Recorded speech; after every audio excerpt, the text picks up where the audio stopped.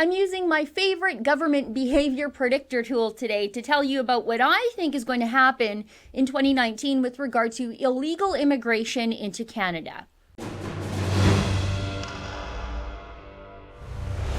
Former Liberal Minister of Foreign Affairs Lloyd Axworthy is also the chair of the World Refugee Council. He was just recently in Morocco to encourage global leaders to sign on to the United Nations Global Compact on Migration.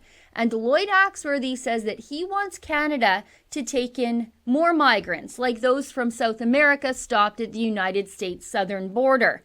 More specifically, though, Axworthy would like Winnipeg to take them in.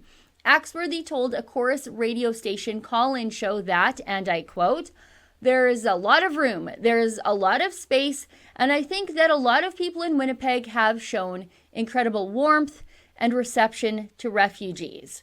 So, out of humanitarian goodness, struggling families in Winnipeg should now compete with illegal migrants from South America for scarce social services. Manitoba's child and family poverty rate is 27.5%, the highest of any province and a full 10 points above the national rate. We've seen this happen in other places like Montreal or Toronto. 40% of all people in Toronto's homeless shelters are migrants, illegal or otherwise. Now, if Lloyd Axworthy's plan to take in all these migrants stranded at the American border sounds absolutely insane, well, that's because it's just crazy enough for the Liberals to do it.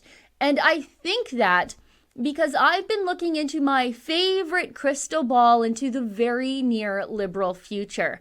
If you watch me, you know I love to watch the government procurement website, buyandsell.gc.ca.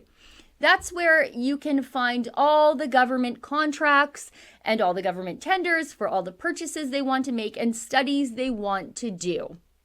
You can use the Liberals' buying habits to predict the future in probably the very same way you could have examined my enormous December grocery bill and guessed that Christmas is upon us, and so are many of my relatives to eat, drink, and be merry here at the Reid Ranch. And one purchase caught my eye once again on that government procurement website that I think will prove to be a window into the Liberals' plans for migrants at the southern border and probably every other person that shows up unannounced on Canada's doorstep in 2019. Look at this.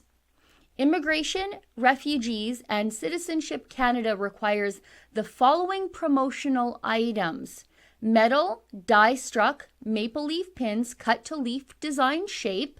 The Liberal government is looking to purchase 250,000 of these pins. Let's be clear, these aren't the pins that you get at a government office or from your local MP at a parade on Canada Day.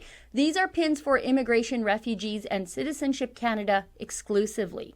These are the ones they give you when you're processed as a refugee or a migrant or an immigrant, or when you're sworn in finally as a Canadian citizen. The IRCC wants these 250,000 maple leaf pins delivered by March 22nd, 2019. Looks like we're going to get a bunch of visitors and guests this winter just to burn through the existing supply of maple leaf pins to necessitate a massive repurchase of 250,000 more pins. And Axworthy has already told us where Canada would find all these new migrants. We're going to take Trump's rejects again, but this time without even requiring them to undergo the inconvenience to pass through the United States to get here first. The Compact on Migration says migration is a right now, and Canada has signed on to it enthusiastically. The Liberals want these pins ready before the weather gets nice again for the next explosion of illegal border crossing. That's obvious.